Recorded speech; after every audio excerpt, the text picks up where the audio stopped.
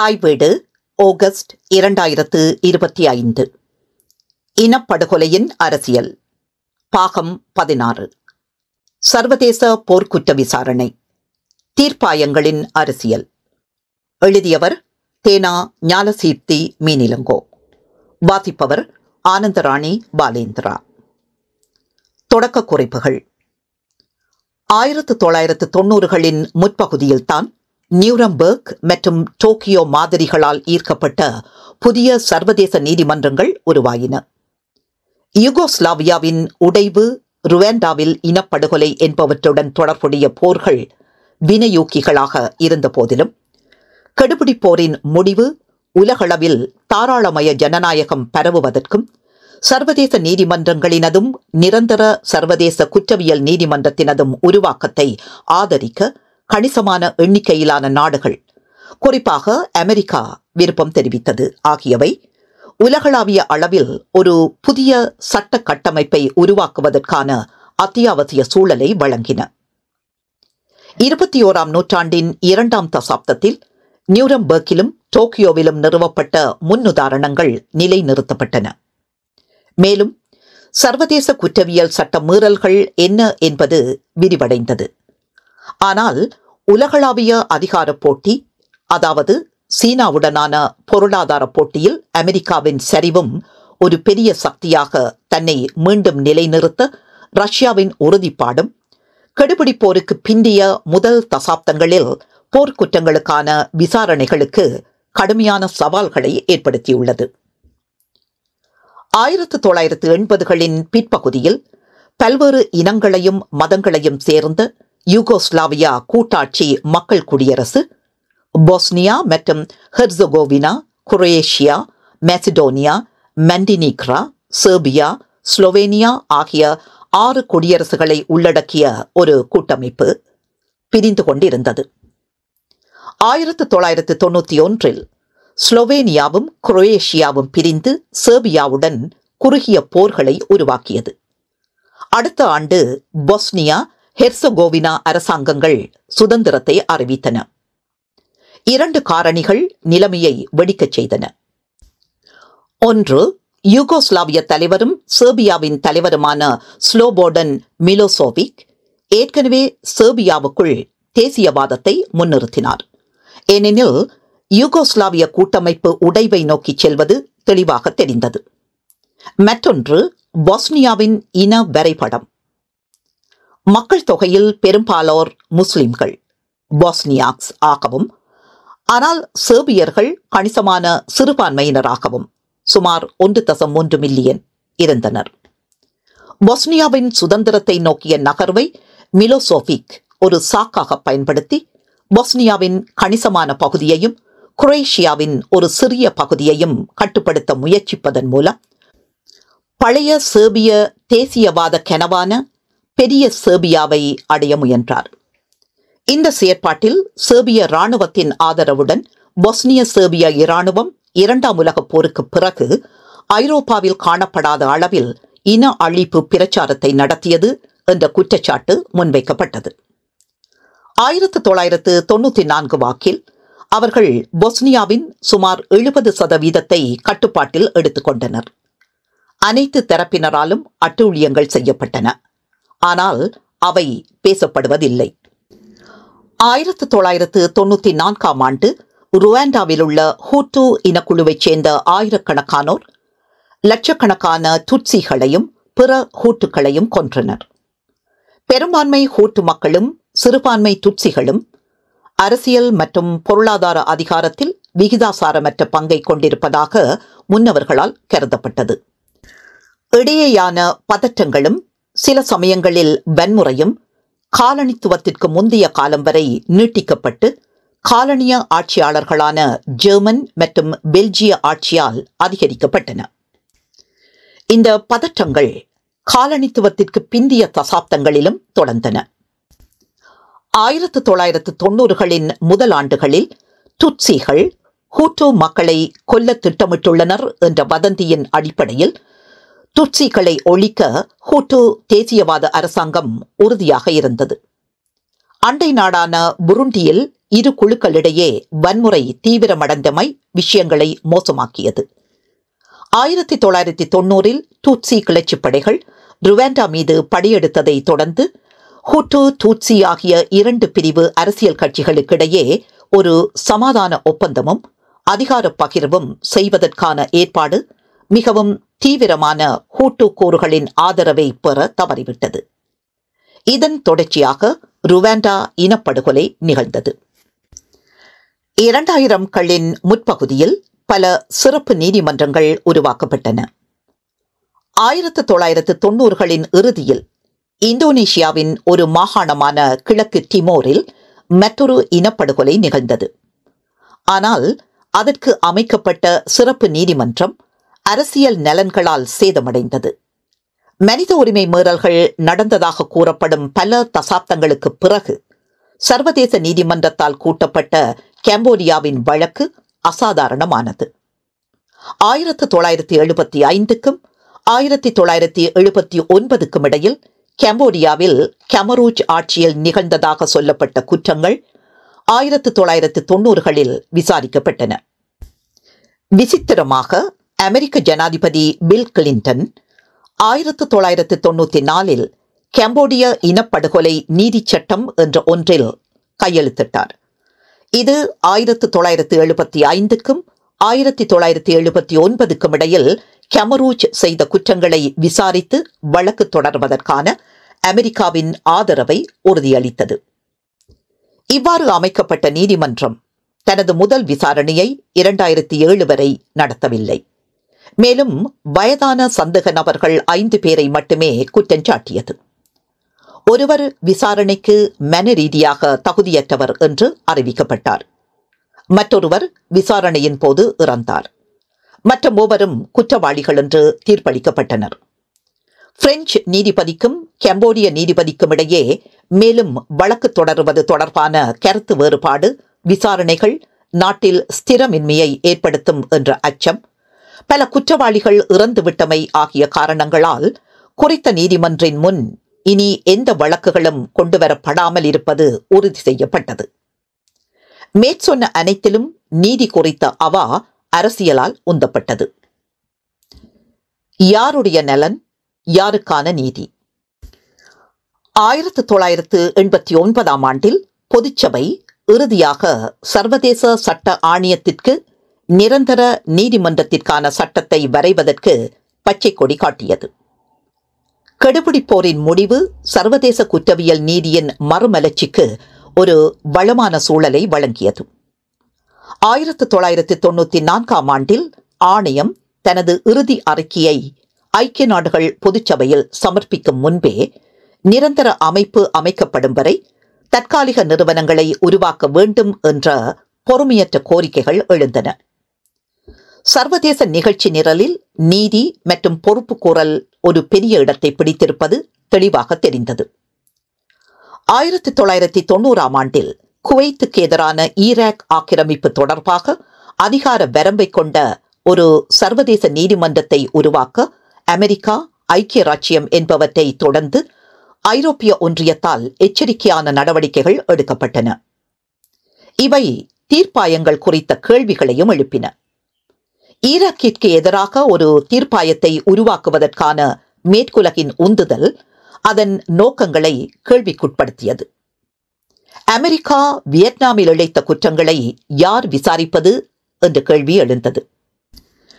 அதேபோல காலனி ஆதிக்கத்திலிருந்து விடுதலை அடைவதற்கான போராட்டங்களின் போது காலனி ஆதிக்கங்கள் 1950கள் முதல் 1980களின் இறுதி வரை இழைத்த குற்றங்களுக்கு பொறுப்பேற்பது யார் என்ற கேள்வியும் எழுந்தது. குவைத் ஈராக் மோதல் ஒரு இராணுவ முட்டுக்கட்டைக்குள் முடிந்ததால் ஈராக்கிற்கு எதிரான தீர்ப்பாயம் என்ற யோசனை கைவிடப்பட்டது. ஈராக் தீர்ப்பாயத்தை உருவாக்கும் முயற்சிகள் தோற்கடிக்கப்பட்டவுடன் கவனம் பால்கன் பகுதிக்கு திரும்பியது. அங்கு யூகோஸ்லாவியாவின் உடைவுடன் போர்க்குற்றங்கள், இன அழிப்பு மற்றும் பாலியல் வன்முறை பற்றிய பயங்கரமான அறிக்கைகள் வந்தன. பிப்ரவரி 1993 முன்னாள் யூகோஸ்லாவியாவுக்கான சர்வதேச குற்றவியல் தீர்ப்பாயத்தை உருவாக்க ஐநா பாதுகாப்பு சபை வாக்களித்தது. ஐக்கிய நாடுகள் சபையின் மூத்த வழக்கறிஞர்கள் சர்வதேச குற்றவியல் தீர்ப்பாயத்தை உருவாக்க பாதுகாப்பு சபைக்கு ஐக்கிய நாடுகள் சபையின் யாப்பினால் அதிகாரம் அளிக்கப்பட்டதா என்பது குறித்து சந்தேகம் கொண்டிருந்தனர். முதல் பிரதிவாதிகளில் ஒருவர் தீர்ப்பாயத்தின் உருவாக்கத்தை சவால் செய்த போதும் அந்த சவால்கள் புறந்தள்ளப்பட்டன. முன்னாள் யூகோஸ்லாவியாவுக்கான சர்வதேச குற்றவியல் தீர்ப்பாயம் அதன் முன்னோடியான ஐக்கிய நாடுகள் பாதுகாப்பு சபையின் கிட்டத்தட்ட உலகளாவிய அதிகாரத்தின் காரணமாக நியூரம்பர்க் மற்றும் டோக்கியோவில் அதன் முன்னோடிகளை விட சந்தேகத்துக்கிடமின்றி சர்வதேசமானது. சர்வதேச தீர்ப்பாயம் நிறுவப்பட்ட நேரத்தில் மோதலில் வெற்றியாளர் யாரும் இல்லை. எந்த ஒரு சந்தர்ப்பத்திலும் நீதிபதிகள் உலகின் பல்வேறு பகுதிகளிலிருந்து தேர்ந்தெடுக்கப்பட்டனர். பாதுகாப்பு கவுன்சில் மற்றும் பொதுச்சபை இரண்டையும் உள்ளடக்கிய நம்பகமானதும் வெளிப்படையானதுமான நடைமுறையால் நியமிக்கப்பட்டனர். 1940களின் முன்னுதாரணங்களை அதன் குறிப்பு புள்ளியாக பயன்படுத்தி சர்வதேச சட்டத்தின் கீழ் சந்தேகத்துக்கு இடமின்றி அங்கீகரிக்கப்பட்ட குற்றங்களை மட்டுமே தீர்ப்பாயம் தீர்ப்பளிக்கும் என்று ஐக்கிய நாடுகள் சபையின் பொதுச் செயலாளர் பூட்ரஸ் காலி குறிப்பிட்டார். 1994ஆம் ஆண்டு ருவாண்டாவின் துட்சி சிறுபான்மையினரை இனப்படுகொலை செய்தபோது யூகோஸ்லாவியா தீர்ப்பாயம் செயற்படவில்லை. பாதுகாப்பு கவுன்சிலால் இரண்டாவது தீர்ப்பாயம் விரைவாக உருவாக்கப்பட்டது. யூகோஸ்லாவியாவுக்கான அதே சட்டம், பகிரப்பட்ட வழக்குரைஞர் மற்றும் ஒருங்கிணைந்த மேல்முறையீட்டு அறை ஆகியவற்றால் இது இணைக்கப்பட்டது. குற்றங்கள் சற்று வித்தியாசமாக வரையறுக்கப்பட்டன. மேலும் நியூரம்பர்க்கில் வழக்கு தொடரப்பட்ட குற்றங்களை வெறுமனே குறியீடாக்குவதை விட பாதுகாப்பு சபையானது மேலதிகமாக செயற்பட வேண்டிய தேவையுள்ளது என்பதை ஒப்புக்கொண்டது. குறிப்பாக உள்நாட்டு ஆயுத மோதலில் செய்யப்பட்ட போர்க்குற்றங்கள் மீதான அதிகார வரம்பு அதற்கு வெளிப்படையாக வழங்கப்பட்டது. இது ஏற்கனவே உள்ள வழக்கமான சர்வதேச சட்டத்தின் அறிக்கையாக இன்னும் சர்ச்சைக்குரியதாக இருந்தது. அப்போதிருந்து இரண்டு தீர்ப்பாயங்களும் இணையாக செயற்பட்டன. சட்ட முன்னுதாரணங்களினதும் மற்றும் நடைமுறைகளின் அடிப்படையிலும் அவற்றுக்கிடையே தவிர்க்க முடியாத நுணுக்கங்கள் உள்ளன. நிபுணத்துவம் இல்லாதவர்களுக்கு அவை பிரித்தறிய முடியாதவையாக இருந்தன. 1990களின் பிற்பகுதியில் தற்காலிக தீர்ப்பாயங்கள் செழித்து வந்தாலும் அவற்றின் செயற்பாட்டில் அதிருப்தி அதிகரித்து வந்தது. மேலும் இது ஒரு சிறந்த மாதிரி அல்ல என்ற உணர்வும் இருந்தது. குறிப்பாக யூகோஸ்லாவியா தீர்ப்பாயத்தின் நடத்தை மிகுந்த விமர்சனத்துக்குள்ளானது. அது அரசியல் நோக்கங்களால் வழிநடத்தப்படுகிறது என்பது பொதுவான குற்றச்சாட்டாக இருந்தது. அதேபோல ருவாண்டா தீர்ப்பாயம் டுக்சி இனத்து தலைவர்களின் குற்றங்களை விசாரிக்கவில்லை என்ற குற்றச்சாட்டும் எழுந்தது. இந்நிலையில் 2002இல் சியரா லியோனுக்கு ஒரு தீர்ப்பாயத்தை நிறுவ வேண்டும் என்ற அழைப்பை எதிர்கொண்ட ஐக்கிய நாடுகள் சபை ஒரு பலவீனமான நிறுவனத்தை தேர்ந்தெடுத்தது. சியரா லியோனுக்கான சிறப்பு நீதிமன்றம் மற்ற இரண்டு ஐக்கிய நாடுகளின் குற்றவியல் தீர்ப்பாயங்களுடன் ஒப்பிடும்போது வியக்கத்தக்க முறையில் குறைவான பட்ஜெட்டை கொண்டிருந்தது. மேலும் அது ஒரு சில விசாரணைகளை மட்டுமே கையாள வடிவமைக்கப்பட்டது. இது பாதுகாப்பு சபையின் தீர்மானத்தால் அல்லாமல் ஐக்கிய நாடுகள் சபைக்கும் சியரா லியோன் அரசாங்கத்துக்கும் இடையிலான ஒப்பந்தத்தால் உருவாக்கப்பட்டது. நிறுவனத்தின் கூட்டு உரிமையை பிரதிபலிக்கும் வகையில் சில நீதிபதிகளாலும் துணை வழக்கறிஞரை சியரா லியோன் அரசாங்கத்தால் நியமனம் செய்வதற்கு உடன்பாடு எட்டப்பட்டது. யூகோஸ்லாவியா மற்றும் ருவாண்டா தீர்ப்பாயங்களைப் போலவே பொதுச்சபையால் தேர்ந்தெடுக்கப்படாமல் ஐக்கிய நாடுகள் சபையின் பொதுச் செயலாளரால் வழக்குரைஞரும் சர்வதேச நீதிபதிகளும் நியமிக்கப்பட்டனர். இந்த அம்சங்களால் சியரா லியோனுக்கான சிறப்பு நீதிமன்றத்திற்கு பாதுகாப்பு சபையால் நிறுவப்பட்ட தீர்ப்பாயங்களைப் போன்ற அதிகாரங்கள் இல்லை என்றும், அரசாங்கத்திடமிருந்து தேவையான சுதந்திரம் இல்லை என்றும், அதன் சொந்த மூத்த அதிகாரிகள் சந்தேகத்துக்குரியவர்களாக கூட இருக்கலாம் என்றும் வழக்கறிஞர்கள் வாதிட்டனர். லெபனானுக்கான சிறப்பு தீர்ப்பாயத்தை பொறுத்தவரை இதுபோன்ற சில பிரச்சனைகள் எழுந்தன. இது அதன் அதிகாரிகளை நியமிப்பதில் உள்ளூர் அரசாங்கத்தின் பங்களிப்பையும் கொண்டிருந்தது. இதேபோல லெபனானுக்கான சிறப்பு தீர்ப்பாயமும் உருவாக்கப்பட்டது. இது மிகுந்த சர்ச்சைக்குரியதாக இருந்தது. லெபனானுக்கான சிறப்பு தீர்ப்பாயம் 2007 ஆண்டு ஐநாவின் அனுசரணையில் முன்னாள் லெபனானிய பிரதமர் ரஃபீக் ஹர்ரியின் கொலையில் தொடர்புடையவர்களை விசாரிக்க அமைக்கப்பட்டது. இந்த தீர்ப்பாயம் இனப்படுகொலை அல்லது மனிதகுலத்துக்கு எதிரான குற்றங்களுக்காக அல்லாமல் கொடூரமான பயங்கரவாத செயல் என்று அழைக்கப்படும் ஒரு படுகொலைக்காக குற்றவாளிகளை தேடி தண்டிக்க முயன்றது. இது 2007 ஆண்டு ஐநா பாதுகாப்பு சபையால் சர்ச்சைக்குரிய முறையில் அங்கீகரிக்கப்பட்டதிலிருந்து தீர்ப்பாயம் அரசாங்கத்தில் முன்னெப்போதும் இல்லாத பதற்றம், அவநம்பிக்கை மற்றும் நீடித்த நெருக்கடிகளை உருவாக்கியது. உள்நாட்டு போருக்கு பிந்தைய லெபனானில் இது மிகவும் பிளவுபடுத்தும் பிரச்சனைகளில் ஒன்றாக உருவெடுத்தது. ஆழமாக பிளவுபட்ட நாட்டில் உள்நாட்டு அரசியல் மோதலின் சர்வதேசமயமாக்கலுக்கு இந்த தீர்ப்பாயம் நல்ல உதாரணமாகும். அதன் நீதித்துறையால் குற்றவாளிகளை பொறுப்பேற்க முடியவில்லை. பாரபட்சமற்ற விசாரணையை நடத்த அது மிகவும் பிளவுபட்டுள்ளது.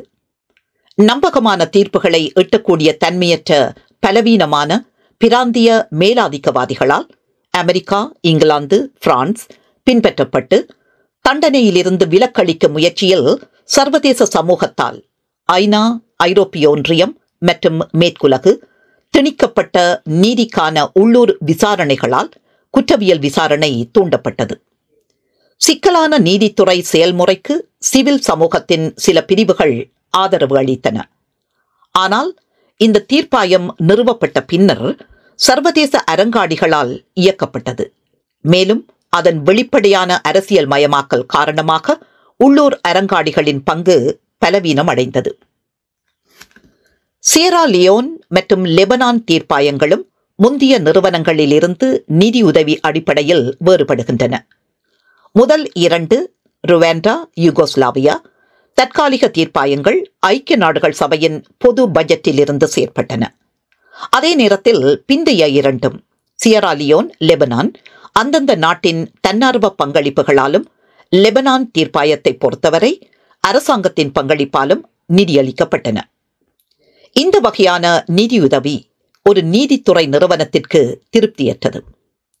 தேசிய நீதிமன்றங்களின் நீதிபதிகளைப் போலவே சர்வதேச தீர்ப்பாயங்களில் உள்ளவர்களுக்கும் அவர்களின் சம்பளம் வழங்கப்படும் என்றும் அவர்களின் எதிர்கால வாழ்வாதாரம் தீர்ப்பாயத்தால் வழங்கப்படும் தீர்ப்புகளால் ஒரு அரசு திருப்தி அடைகிறதா என்பதை பொறுத்ததாக அமையாது என்றும் உறுதியளிக்கப்பட வேண்டும். அரசுகள் நிறுவனத்தின் ஆயுட்காலத்துக்கு நிதியுதவியை உறுதி செய்யும் வரை அத்தகைய நிறுவனங்களில் பங்கேற்க மறுப்பது ஐக்கிய நாடுகள் சபைக்கு மிகவும் எளிதானது என்று தோன்றுகிறது. அத்தகைய உறுதிமொழிகளை செய்வதற்கு நிதியளிப்பவர்களின் எதிர்ப்பு தீர்ப்பாயங்களுக்கான அவர்களின் தற்போதைய நிதி ஆதரவு செயற்திறனுடன் இணைக்கப்பட்டுள்ளது என்ற உண்மையை மட்டுமே உறுதிப்படுத்துகிறது. 2010 ஆண்டின் பிற்பகுதியில் சர்வதேச தீர்ப்பாயங்களுக்கான சர்வதேச எஞ்சிய வழிமுறை என்ற 5வது தற்காலிக சர்வதேச குற்றவியல் நீதிமன்றம் உருவாக்கப்பட்டது. உண்மையில் இது யூகோஸ்லாவியா மற்றும் ருவாண்டா தீர்ப்பாயங்களின் பணிகளை தொடர்ந்தது.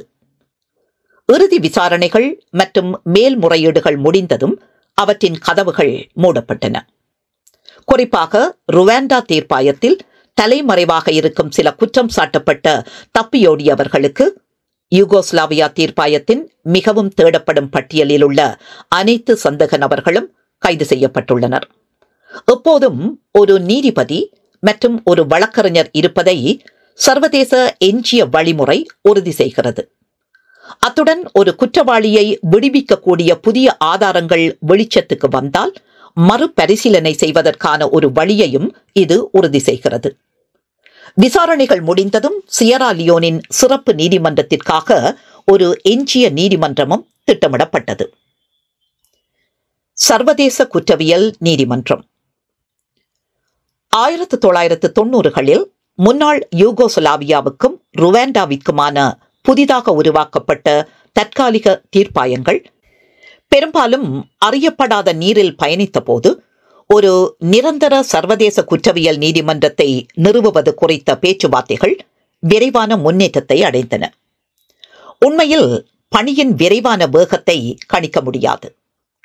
1994 சர்வதேச சட்ட ஆணையத்தால் இன்டர்நேஷனல் லோ கமிஷன் இறுதி செய்யப்பட்ட வரைவு சட்டம் ஐக்கிய நாடுகள் சபையின் பொதுச்சபையின் அனுசரணையில் நடைபெற்ற தொடர்ச்சியான கூட்டங்களில் 3 ஆண்டுகள் தீவிர ஆய்வுக்கு உட்படுத்தப்பட்டது. இந்த காலகட்டத்தில் நீதிமன்றத்தின் பார்வை பாதுகாப்பு கவுன்சிலுக்கு அடிபணிந்த ஒரு நிறுவனத்திலிருந்து பெரும் வல்லரசுகளதும் ஏனைய பலமிக்க அரசுகளதும் வேரூன்றிய ஆதிக்கம் இல்லாமல் அதன் சொந்த முன்னுரிமைகளை அமைக்கக்கூடிய ஒரு சுயாதீன அமைப்பின் பார்வையாக வளர்ந்தது. 1998 சர்வதேச குற்றவியல் நீதிமன்றத்தின் சட்டத்தை குறைத்து பேச்சுவார்த்தை நடத்த சுமார் 160 நாடுகள் ரோமில் கூடியிருந்தன. சட்டம் வாக்களிக்கப்பட்ட போது பெரும்பாலான உள்ளடக்கங்களில் பரந்த ஒருமித்த கருத்து இருந்த போதிலும் பங்கேற்ற நாடுகளில் 120 மட்டுமே ஒப்புக்கொண்டன. அமெரிக்கா, சீனா மற்றும் இஸ்ரேல் உட்பட 7 நாடுகள் சட்டத்துக்கு எதிராக வாக்களித்தன. மேலும் 21 நாடுகள் வாக்களிப்பை தவித்துவிட்டன. சர்வதேச குற்றவியல் நீதிமன்றத்தை முந்தைய அனைத்து சர்வதேச குற்றவியல் நீதி நிறுவனங்களிலிருந்தும் பிரிக்கும் மிக முக்கியமான வேறுபாடு வழக்கறிஞருக்கு வழங்கப்பட்ட சுதந்திரம். அவர்கள் நீதிமன்ற உறுப்பினர்களால் 9 ஆண்டு காலத்திற்கு தேர்ந்தெடுக்கப்படுவதுடன் விசாரணைகளையும் விசாரணைக்கான சூழ்நிலைகளையும் தேர்ந்தெடுக்கும் அதிகாரம் கொண்டவர்கள். சர்வதேச குற்றவியல் நீதிமன்றத்தில் அந்த நெருக்கடிகள், மோதல்கள் மற்றும் அதன் கவனம் செலுத்தப்பட வேண்டிய நாடுகளை அடையாளம் காண தன்னாட்சி அதிகாரத்துடன் ஒரு தீர்ப்பாயம் உருவாக்கப்பட்டது. முந்தைய தீர்ப்பாயங்களை வகைப்படுத்திய அரசியல் வழிகாட்டுதல்களின் ஒரே எச்சம் ஐக்கிய நாடுகள் பாதுகாப்பு சபை அல்லது ஒரு உறுப்பு நாடு ஒரு சூழ்நிலையை வழக்கறிஞரிடம் குறிப்பிடுவதற்கான சாத்தியக்கூறு மட்டுமே. ஆனால் அப்போதும் கூட நீதியின் நலன்களில் இருக்காது என்று அவர் நினைத்தால் விசாரணையை மறுக்க வழக்கறிஞர் விருப்புரிமை பெற்றுள்ளார். இந்த அசாதாரண வழக்கு தொடுக்கும் அதிகாரத்தின் மீது லேசான அளவிலான நீதித்துறை மேற்பார்வை உள்ளது. கோட்பாட்டளவில் எப்படி இருந்தாலும் சூழ்நிலைகளை தேர்ந்தெடுக்கும் முழு செயல்முறையும் கண்டிப்பாக நீதித்துறை அளவுகோல்களுக்கு கீழ்ப்படிய வேண்டும். நடைமுறையில் இது இன்னும் ஆழமாக அகநிலையாக தெரிகிறது. ஆனால் கூடுதலாக முந்தைய நிறுவனங்களுடன் ஒப்பிடும்போது மிகவும் தெளிவற்றது. மற்ற சர்வதேச குற்றவியல் தீர்ப்பாயங்களில் இலக்குகளை தேர்ந்தெடுப்பது மன்னிப்பு கேட்காமல் அரசியல் ரீதியாக இருந்தது. வழக்கு தொடுப்பவரால் சூழ்நிலைகளை அடையாளம் காண்பதில் எழும் சவால்கள் வெற்றியாளர்களின் நீதி நோக்கியதாக வழக்கு தொடுப்புகள் இருக்கப் போகின்றன என்பதை காட்டின. ரோம் சட்டம் அதன் 60வது ஒப்புதலை பெற்ற பிறகு ஜூலை 1, 2002 அன்று நடைமுறைக்கு வந்தது. 1 வருடம் கழித்து நீதிபதிகளதும் வழக்குரைஞரதும் தேர்தலை தொடர்ந்து அது முழுமையாக செயற்பாட்டுக்கு வந்தது. அதன் ஆரம்ப ஆண்டுகளில் நீதிமன்றம் அதன் வழியை கண்டுபிடிக்க போராடியது என்பது ரகசியமல்ல. பொருத்தமான சூழ்நிலைகளை தேர்ந்தெடுப்பது என்பதை சொல்வது எளிது, செய்வது எளிதல்ல என்று தோன்றுகிறது. முதல் விசாரணைகள் சாட்சிய சிக்கல்களில் தடுமாறின. இன்று 23 ஆண்டுகள் கழித்தும் சர்வதேச குற்றவியல் நீதிமன்றம் குறித்த நியாயமான விமர்சனங்கள் உண்டு. சர்வதேச என்ற சொல்லாடல்.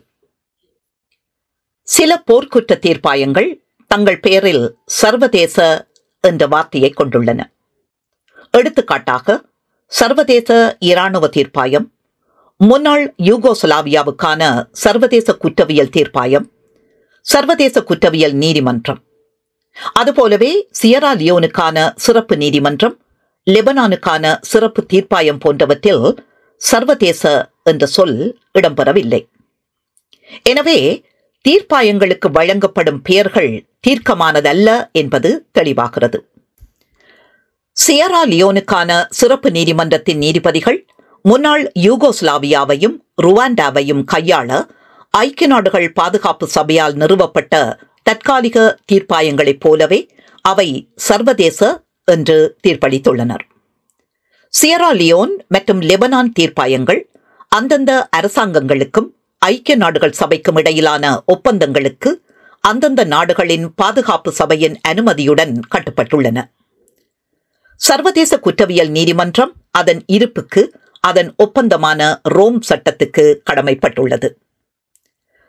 சர்வதேச இராணுவ தீர்ப்பாயங்கள் முதல் 2 தற்காலிக தீர்ப்பாயங்கள் சர்வதேச குற்றவியல் நீதிமன்றம் ஆகியவை சர்வதேச குற்றங்கள் மீது மட்டுமே அதிகார வரம்பை பயன்படுத்துகின்றன. ஆனால் ஒரு நாடு அதே நிபுணத்துவத்துடன் அதன் சொந்த தேசிய தீர்ப்பாயத்தை நிறுவுவதை தடுக்க இயலாது. மேலும் சிலர் அவ்வாறு செய்துள்ளனர். ஒரு தேசிய நீதித்துறை நிறுவனம் சர்வதேச குற்றங்களை மட்டுமே கையாள்கிறது என்பதை அதை ஒரு சர்வதேச நீதிமன்றமாக மாற்ற போதுமானதாக இல்லை. சர்வதேச குற்றவியல் நீதிமன்றத்தின் அதிகார வரம்பு சர்வதேச குற்றங்களுக்கு மட்டுமே இருக்க வேண்டும் என்ற தேவையும் இல்லை. சியரா லியோனுக்கான சிறப்பு நீதிமன்றம் போர்க்குற்றங்கள் மற்றும் மனித குலத்துக்கு எதிரான குற்றங்களுக்கு கூடுதலாக சியரா லியோனின் சட்டங்களின் கீழ் குற்றங்களுக்கான விசாரணையை தொடர முடிந்தது. இருப்பினும் வழக்கறிஞர் குற்றச்சாட்டுகளை சர்வதேச சட்டத்தின் கீழ் குற்றங்களுக்கு மட்டுப்படுத்த தேர்ந்தெடுத்தார். லெபனானுக்கான சிறப்பு தீர்ப்பாயத்தின் அதிகார வரம்பு லெபனான் சட்டத்தின் கீழ் குற்றங்களுக்கு மட்டுமே வரையறுக்கப்பட்டுள்ளது. இதன் விளைவாக உண்மையான சர்வதேசத்துக்கும் முற்றிலும் தேசியத்துக்கும் இடையில் ஒரு நடுநிலையை வரையறுக்க கலப்பு என்ற பெயர் குறிப்பிடத்தக்க வேறுபாடுகளை மறைக்கும் குழப்பத்திற்கு ஒரு மூலமாகும். சர்வதேச மற்றும் தேசிய தீர்ப்பாயங்களுக்கு இடையிலான வேறுபாட்டை குழப்புவதற்கு பதிலாக அவற்றை பிரிக்கும் ஒரு தெளிவான கோட்டை வரைவது நல்லது. தீர்ப்பாயத்தை ஒரு நாட்டின் சட்டத்தின் மூலம் கலைக்க முடியுமா என்பதுதான் சோதனையாக இருக்க வேண்டும். கம்போடியாவில் இருப்பது போலாயினும் அப்படியானால் தீர்ப்பாயம் தேசியமானது. கம்போடியா ஐக்கிய நாடுகள் சபையுடன் ஒரு ஒப்பந்தத்தை கொண்டுள்ளது. அதன் மூலம் அது ஒத்துழைப்பை உறுதியளிக்கிறது. இந்த ஒப்பந்தம் ஒரு பொது சபை தீர்மானத்தால் அங்கீகரிக்கப்பட்டுள்ளது. ஆயினும் கூட அதன் சட்ட கட்டமைப்பு ஆழமாக தேசியமானது. இதற்கு நேர்மாறாக சியரா லியோனுக்கான சிறப்பு நீதிமன்றமும் லெபனானுக்கான சிறப்பு தீர்ப்பாயமும் தெளிவாக சர்வதேச இயல்புடையவை. அவற்றின் சட்டங்கள் ஒரு ஒப்பந்தத்துடன் இணைக்கப்படுவது மட்டுமல்லாமல் பாதுகாப்பு சபை தீர்மானங்களாலும் ஆசீர்வதிக்கப்பட்டுள்ளன. சியரா லியோன் மற்றும் லெபனான் அரசாங்கங்கள் அவர்களால் தனியாக செயற்பட்டு முடிவுக்கு கொண்டுவர முடியாத ஒரு செயல்முறையை இயக்க உதவியுள்ளன. சியரா லியோன் லெபனான் தீர்ப்பாயங்களின் பணிகளை முடிப்பதற்கான ஒரே வழி அவற்றை உருவாக்கிய கட்சிகளின் பரஸ்பர உடன்பாடு அல்லது பாதுகாப்பு சபையின் தீர்மானம் மூலம் மட்டுமே. ஒருதலைப்பட்சமாக செயற்படுவதால் இரு அரசாங்கங்களுக்கும் நிறுவனங்களின் பணிகளை நிறுத்த அதிகாரம் இல்லை. சர்வதேச நீதித்துறையில் ஈடுபட்டுள்ள நீதித்துறை நிறுவனங்களின் பரந்த தன்மையை வகைப்படுத்துவதில் ஒரு பயனுள்ள அளவுகோல் என்பதை தவிர இது வேறு எந்த முக்கியத்துவத்தையும் கொண்டிருக்கிறதா? சர்வதேச மற்றும் தேசிய நீதிமன்றங்களுக்கு இடையிலான வேறுபாட்டுக்கு ஏதேனும் சட்ட விளைவுகள் உள்ளதா? உண்மையில் சர்வதேச நீதிமன்றத்தின் கூற்றுப்படி அவை உள்ளன. இது வழக்கமான சர்வதேச சட்டத்தின் கீழ் அரச தலைவர்கள் மற்றும் சில மூத்த அரசாங்க அதிகாரிகளுக்கு அங்கீகரிக்கப்பட்ட உன்னதமான விதி விலக்குகள் பற்றிய விவாதங்கள் இங்கு முக்கியத்துவம் பெறுகின்றன. 2002ஆம் ஆண்டு கொண்டாடப்பட்ட ஒரு தீர்ப்பில் வெளிநாட்டு தலைவர்களுக்கு உரிமையுள்ள விதிவிலக்குகளை தேசிய நீதிமன்றங்கள் மதிக்க வேண்டும் என்று நீதிமன்றம் கூறியது.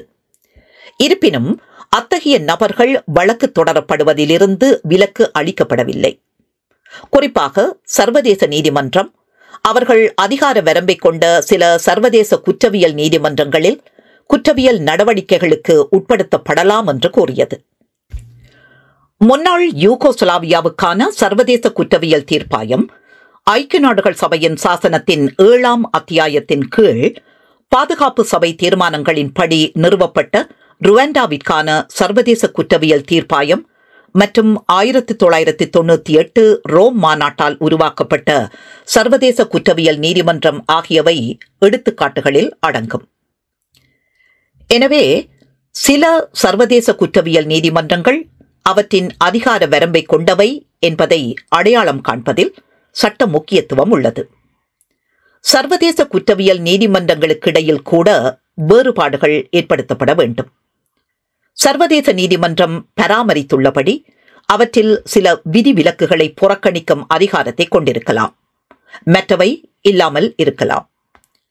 சர்வதேச நீதிமன்றம் சர்வதேச குற்றவியல் நீதிமன்றத்தை தற்காலிக தீர்ப்பாயங்களுடன் இணைத்து 3க்கும் சில சர்வதேச குற்றவியல் நீதிமன்றங்கள் என்ற முத்திரையை வழங்கியது போல் தோன்றுகிறது. பாதுகாப்பு சபையால் உருவாக்கப்பட்ட தீர்ப்பாயங்கள் சர்வதேச சமூகம் கூட்டாக செயற்படுவதன் மூலம் உருவாக்கப்படுகின்றன என்ற தோற்றத்தை வழங்குகின்றன. ஆனால் உண்மையில் அவ்வாறு நிகழ்வதில்லை.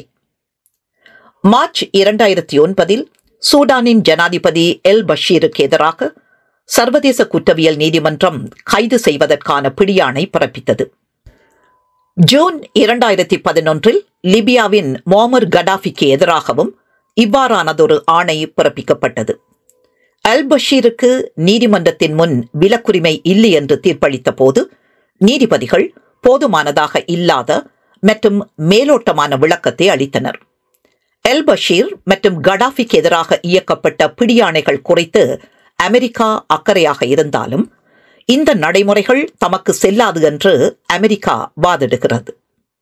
சர்வதேச குற்றவியல் நீதிமன்றம் அதன் சொந்த ஜனாதிபதி மீது அதிகார வரம்பை பயன்படுத்த முடியாது என்ற கருத்தை அமெரிக்கா சந்தேகத்துக்கு இடமின்றி எடுக்கிறது. அப்படியானால் அதே விதி சூடான் மற்றும் லிபியாவின் ஜனாதிபதிகளுக்கும் ஏன் பொருந்தக்கூடாது? தொடரும் குறிப்புகள். சர்வதேச குற்றவியல் சட்டம் சர்வதேச குற்றவியல் தீர்ப்பாயங்களில் தங்கியிருப்பதில்லை என்பது வெளிப்படையானது. ஏனெனில் பொது சர்வதேச சட்டம் பொதுவாக சர்வதேச நீதிமன்றத்தை கோருகிறது. சர்வதேச நீதித்துறை நிறுவனம் இருப்பதற்கு முன்பே சர்வதேச சட்டம் இருந்தது. சர்வதேச குற்றவியல் சட்டம் உட்பட சர்வதேச சட்டம் உள்நாட்டு நீதிமன்றங்களில் உயிருடன் உள்ளது. பல ஆண்டுகளாக மனித உரிமை ஆர்வலர்கள் உலகளாவிய அதிகார வரம்பை பயன்படுத்துவதை ஊக்குவித்து வருகின்றனர். இது சர்வதேச குற்றவியல் சட்டத்தை தேசிய நீதி நிறுவனங்களின் எல்லைக்குள் கொண்டு வருவதற்கான ஆற்றலை கொண்ட ஒரு வழிமுறையாகும். ஆனால் அது நிகழ்கிறதா என்பதுதான் வினா. சர்வதேச குற்றவியல் நீதி பல விஷயங்களில் உள்நாட்டு மட்டத்தில் சாதாரண வழக்கு தொடரலில் இருந்து வேறுபட்டது. முதலாவதாக, குற்றங்கள் ஒரே மாதிரியானவை அல்ல. ஒரு வகையில் இனப்படுகொலை போன்ற சர்வதேச குற்றங்கள் கொலை போன்ற சாதாரண குற்றங்களை ஒத்திருக்கின்றன. ஆனால் அவற்றுக்கு சூழல், நோக்கம், அளவு அல்லது கவனக்குவிப்பு ஆகிய மேலதிக கூறுகளும் தேவைப்படுகின்றன. சாதாரண குற்றங்கள் என்று அழைக்கப்படுபவை சமூக விரோதிகளின் செயல் என்றாலும் சர்வதேச குற்றங்களுக்கு பொதுவாக அரசின், அதாவது சமூகத்தை பாதுகாப்பதே நோக்கமாக கொண்ட அமைப்பின் ஈடுபாடு தேவைப்படுகிறது. தொடர் கொலையாளிகள் கொடூரமான குற்றங்களை செய்யலாம். ஆனால் இதற்கு சர்வதேச தலையீடு தேவைப்படும் என்று நாங்கள் எதிர்பார்க்கவில்லை. அவர்களின் குற்றங்கள் பிரமிப்பை தூண்டுகின்றன, ஆனால் எதுவும் அவர்களின் சர்வதேசமயமாக்கலை கட்டாயப்படுத்துவதில்லை. இதுவே சாதாரண குற்றங்களை சர்வதேச அரங்கிற்குள் உயர்த்துவதில் அரசு அல்லது அரசு போன்ற அமைப்பின் பங்களிப்பு ஆகும். பெரும்பாலும் அரசு தானே ஒரு மாபெரும் குற்றவியல் அமைப்பாக செயற்படுகிறது. சர்வதேச வழக்கு விசாரணை என்பது விரிவானதாக இல்லாமல் தேர்ந்தெடுக்கப்பட்டதாகவே இருக்கும். இது தலைவர்களை மையமாக கொண்டது. பெரும்பாலும் இது ஒரு மோதலுக்கு பிறகு வருவதுடன் சாதாரண குற்றங்களைப் போல சமநிலையான முறையில் அல்லாமல் தோற்கடிக்கப்பட்டவர்களுக்கு தண்டனை வழங்கப்படுகிறது. அதன் நோக்கம் என்ன? சாதாரண குற்றங்களைப் போலவே ஒரு குறிப்பிடத்தக்க தடுப்பு விளைவை நிரூபிப்பது கடினம். ஏனென்றால் குற்றம் பலனளிக்காது என்று உறுதியாக நம்புபவர்களை விட சட்டத்தை மீறுபவர்களை நாம் எளிதாக அடையாளம் காண முடியும். இது பழிவாங்கும் செயலாகவும் இருக்கலாம். குற்றவாளிகளுக்கு நியாயமான தண்டனைகளை வழங்குவதாகவும் பாதிக்கப்பட்டவர்களுக்கு ஓரளவு அங்கீகாரத்தை வழங்குவதாகவும் இருக்கலாம். சர்வதேச நீதி சர்வதேச சமூகத்தின் இலக்குகளை ஊக்குவிப்பதாகவும் கூறப்படுகிறது. குறிப்பாக போர் இல்லாத உலகத்திற்கான தேடலை அங்கு சர்ச்சைகள் அமைதியாக தீர்க்கப்படுகின்றன. இது ஒரு பெரிய சுமை. மேலும் இது சாதாரண குற்றங்களை விசாரிப்பதோடு தொடர்புடையது அல்ல. சர்வதேச நீதியின் இந்த அனைத்து பரிமாணங்களையும் நிவர்த்தி செய்வதில் தேசிய குற்றவியல் நீதியிலிருந்து பெறப்பட்ட கருத்துகளையும் கொள்கைகளையும் சர்வதேச மட்டத்துக்கு இயந்திரத்தனமாக மாற்றுவதற்கான ஒரு போக்கு உள்ளது. ஆனால் சர்வதேச நீதி வேறுபட்டது. அதன் அரசியல் பரிமாணங்கள் தவிர்க்க முடியாதவை. அதன் நோக்கங்கள் மோதல் தடுப்பு மற்றும் சர்ச்சை தீர்வு தொடர்பான இலக்குகளை உள்ளடக்கியது. செயல்முறையின் இந்த அரசியல் அம்சமே சர்வதேச நீதியை மிகவும் தனித்துவமாகவும் மிகவும் கவர்ச்சிகரமானதாகவும் ஆக்குகிறது. அது திறம்பட செயற்பட முடிந்தால் நமது காலத்தின் சில பெரிய பிரச்சனைகளை தீர்ப்பதற்கு பங்களிக்கும் ஆற்றல் உள்ளது. நன்றி.